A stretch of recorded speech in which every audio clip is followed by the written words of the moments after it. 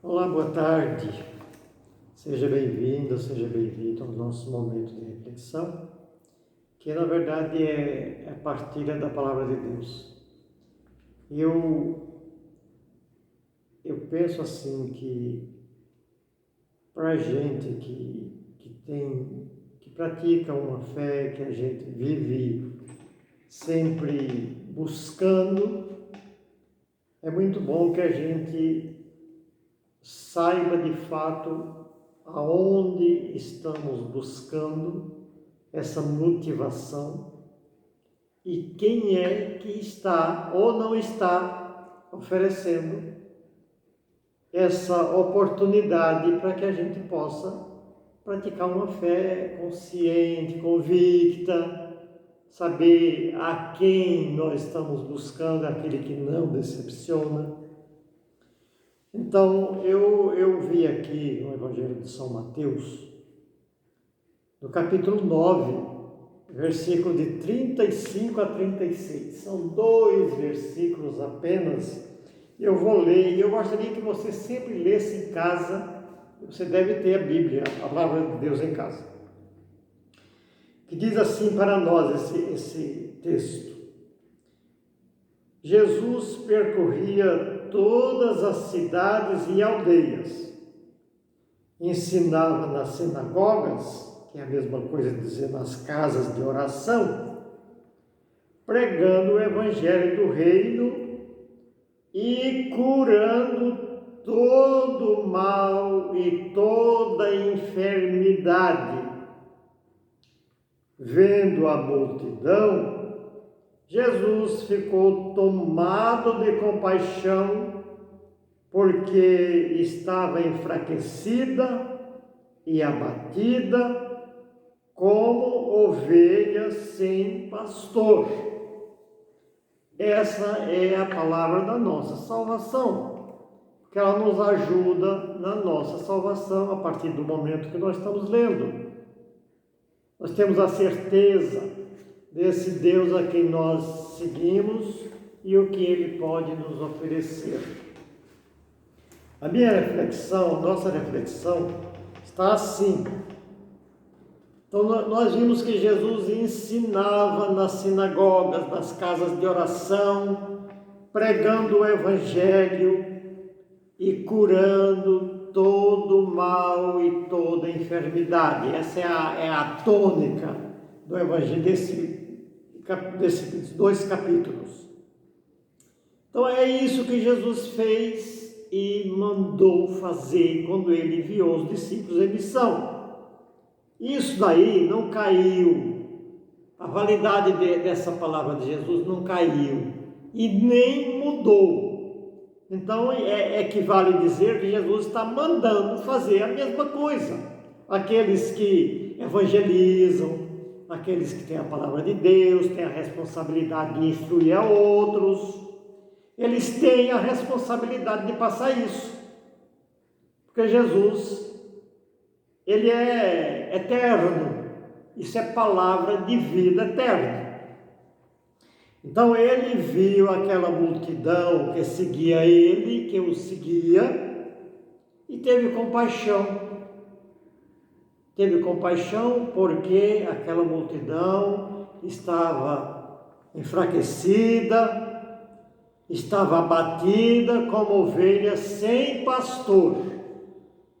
Estava abandonada, porque, veja bem, aquele povo que seguia Jesus, passou a seguir Jesus, porque viu em Jesus uma esperança de vida nova, eles passaram a seguir Jesus. Eles viviam antes sob a direção dos líderes religiosos e também eram os líderes políticos da época, que eram os fariseus, os mestres e doutores da lei. Eles faziam as leis, impunham aquelas leis, ensinavam aquelas leis, ensinavam o povo a cumpri-las, muito embora eles não cumprissem, eles não se achavam com a obrigação de cumprir as leis, mas mandava cumprir, obedecer a eles, porque eles eram os chefes, eram os líderes do povo. Então eles achavam que eles mesmos não precisavam, já estavam bem, puros, perfeitos. Era isso que eles, é o conceito que eles tinham deles próprios, que eles não precisavam mais, já eram bons demais. Eles mesmos não se submetiam, apenas sobrecarregavam o povo com obrigações. E isso é muito duro, né? Isso é muito difícil. Então por isso que Jesus disse assim, olhou aquela multidão que o seguia, vendo em Jesus uma vida nova, uma esperança, e Jesus teve compaixão, sentiu compaixão e disse, eu tenho dó desta multidão, porque são como ovelhas sem pastor. Os pastores deles quem eram? Fariseus, publicanos, cheios das teorias, cheios de autoritarismo, cheios de conhecimento, poderosos. Então para eles não faltava nada, mas para os pobres, bem que faltava muita coisa, inclusive a saúde. E eles ensinavam, era cheio de teorias, mas na prática mesmo não passava aquilo que o povo precisava urgentemente: fé, esperança, confiança em Deus, porque eles eram os deuses, então eles queriam que o povo dependesse deles. O povo vivia na extrema dependência. Não, eu tenho que ir a eles. Eles é que vão resolver os meus problemas, a minha doença, o meu custo de vida. Enfim, eles eram dependentes. Eram pessoas escravas de um poder maior. E Jesus tem dó daquele povo, né? Ora, eles eram os mestres, doutores, né? Eles estavam visando, com essa imposição das leis e das regras e das normas, estavam visando a permanência no poder político e religioso da época. Então eles queriam, olha, se o povo ficasse independente, para eles ia ser difícil, né, de se manter no poder. Então eles precisavam manter o povo assim sob susto, sob medo, entendeu? Toda essa dependência. Eles eram indiferentes ao sofrimento do povo. Indiferentes. Então, em todo esse aparente zelo pela religião, eram muito exigentes com os outros, né? Aquilo virou fanatismo e hipocrisia, porque mandava, mas não fazia. Então eram hipócritas eles eram. Então quando Jesus iniciou a sua missão libertadora, Jesus é o libertador, Jesus começou a pregar o evangelho, curar os doentes. Isso aqui é uma realidade, porque o evangelho não mente. Jesus curava, sabe com o quê? Com uma palavra.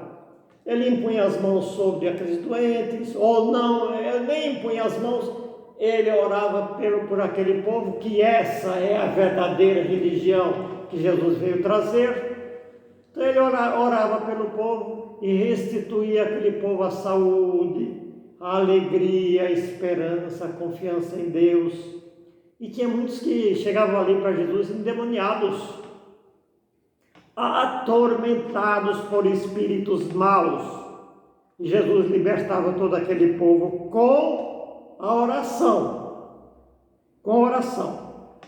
Então Jesus veio com isso mudar os conceitos da época. Então ele mudou a mentalidade daquele povo. O que é a verdadeira religião? O que é? Nós vivemos buscando conscientização. Nós não seguimos assim de qualquer jeito. Nós precisamos saber quem é o libertador para nós. Porque quando a gente não sabe quem é que liberta, a gente anda atrás de qualquer coisa que aparece por aí. Deu um grito, a gente está lá. O que a gente precisa é libertação, é alegria, é vida, é esperança, certeza. O que eles não tinham junto àqueles chefes autoritários. Então Jesus quer dizer para eles por que é importante segui-lo. Por que nós andamos atrás de Jesus? Porque Ele tem proposta. Ele tem proposta para nós. Ele não é um pobre que visa, ou um autoritário que visa o seu bem, seu poder. O resto do povo que se dane, que vive aí dependendo e ficando na miséria. Não é isso. Então, porque eles estavam interessados, eles estavam interessados na permanência deles no poder, não estavam interessados na libertação daquele povo. Para eles não interessava nada, e tinham medo de perder o domínio. Essa era a ameaça que Jesus estava trazendo para eles. Jesus estava instruindo o povo, aquele povo estava ficando consciente do que é o Salvador, a salvação, e eles estavam sendo ameaçados no seu poderio. Então, por isso, Jesus afirmou: tenho dó desse povo que está como ovelha sem pastor.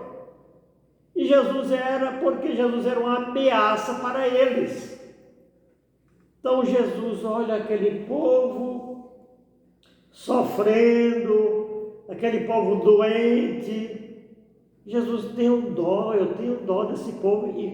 E quanto mais Jesus caminhava, mais gente seguia Jesus, esperando aquela palavra de esperança. Vocês são filhos de Deus, eu sou o Deus que salva.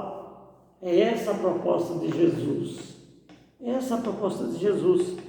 Então, essa é a minha sede de partilhar, porque parece que as coisas ficam tão obscuras, parece que fica tão assim nublado. Parece que o povo não sabe que deve seguir a Jesus, muita gente com medo de seguir. Quando fala que Jesus cura e liberta, não, mas eu nunca ouvi falar isso na igreja. Olha, se você nunca ouviu falar isso na igreja, você dá uma olhadinha nos evangelhos que você vai ver. Não importa se quem não fala, entendeu? Se você olhar no evangelho, você vai ver qual é a verdade. Se olhar no evangelho, a verdade está aqui para a gente ver, para a gente experimentar essa verdade, está aqui. E o evangelho não mente. Agora, se a pessoa não está passando isso para nós, aí nós vamos voltar ao tempo passado e vamos fazer a nossa análise. Então, um dia, Jesus falou assim: eu sou o bom pastor que dá a vida pelas suas ovelhas. Esse é o bom pastor. Ele disse: eu sou o bom pastor, porque ele deu até o final, deu a vida, morreu numa cruz para nos salvar. Então você vai dizer: não, acho que isso é mentira, acho que ele está falando aí, mas é tudo mentira. Não, mas isso é tudo bobagem, isso que está escrito, isso é coisa do passado. Isso é para quem não conhece nem quer conhecer, viu? Então, o bom pastor Jesus não se cansa. A missão de Jesus é completa. Ele ensina, ele leva a esperança, ele cura os doentes com oração, manda os discípulos fazerem a mesma coisa quando ele instituiu os 12 apóstolos, mandou fazer isso. Ele não pediu, ele mandou fazer isso. Então, isso está valendo para hoje. Com o poder e a autoridade pela palavra. Enfim, ele salva a partir de agora. nós estamos cansados de escutar que temos que ser bons aqui, porque tem a vida futura e nós temos que ser salvos lá depois da morte. Espera aí, nós temos que ser bom aqui sim, mas nós somos salvos agora. É agora, é a partir de agora. Não é depois da morte, não. Jesus é Deus dos vivos e dos mortos. Ele é Salvador dos vivos e dos mortos. Enfim, né? Hoje os fatos pode ser que estejam se repetindo, né? Quanta gente doente, quanta gente cansada, quanta gente abatida, desempregada, quanta gente sem esperança, sem saber a quem seguir, sem saber quem é o verdadeiro pastor. E aonde tem uma palavra de esperança, o povo vai lá. Por quê? Porque nós estamos precisando de esperança. De esperança. Nós não estamos lá para perder tempo, não. Então é a falta de fé. Falta de fé. Então nós precisamos estar buscando em Jesus a cura de tantos males. E nós sabemos quais são os males que nos afligem hoje. São as doenças físicas, espirituais, mentais, psicológicas. Então, quem cura é Ele. Quem cura é Ele. O médico não cura esse tipo de doença aqui, não. Então, nós precisamos ver que teorias não funcionam. Teorias, ensino teóricos não funcionam. Ninguém vai crescer sem ser com uma orientação segura. Nós precisamos de solução. A nossa solução é urgente. E a nossa esperança está na proposta de um Deus que veio para nos salvar. Eu não estou inventando nada. A palavra de Deus é quem nos fala isso. Como eu creio na palavra de Deus, então eu estou partilhando com você sem medo de errar. Sem medo nenhum de errar. Não importa quem esteja me criticando ou esperando que isso aqui seja uma bobagem, porque isso aqui é a palavra de Deus. Então, teorias não funcionam. Esse é o modelo de evangelização de Jesus Cristo. Pelo menos é o que está escrito aqui. Agora, quem criticar por causa disso, dá uma olhadinha na palavra de Deus. Dá uma olhadinha. Não vamos ficar fazendo de conta que a gente segue uma religião. Porque isso acaba em quê? Desistir, porque não está funcionando, não está resolvendo nada. Então, eu quero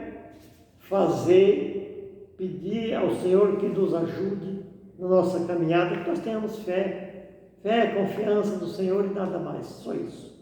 E a bênção de Deus. Que Ele nos abençoe em nome do Pai, do Filho e do Espírito Santo.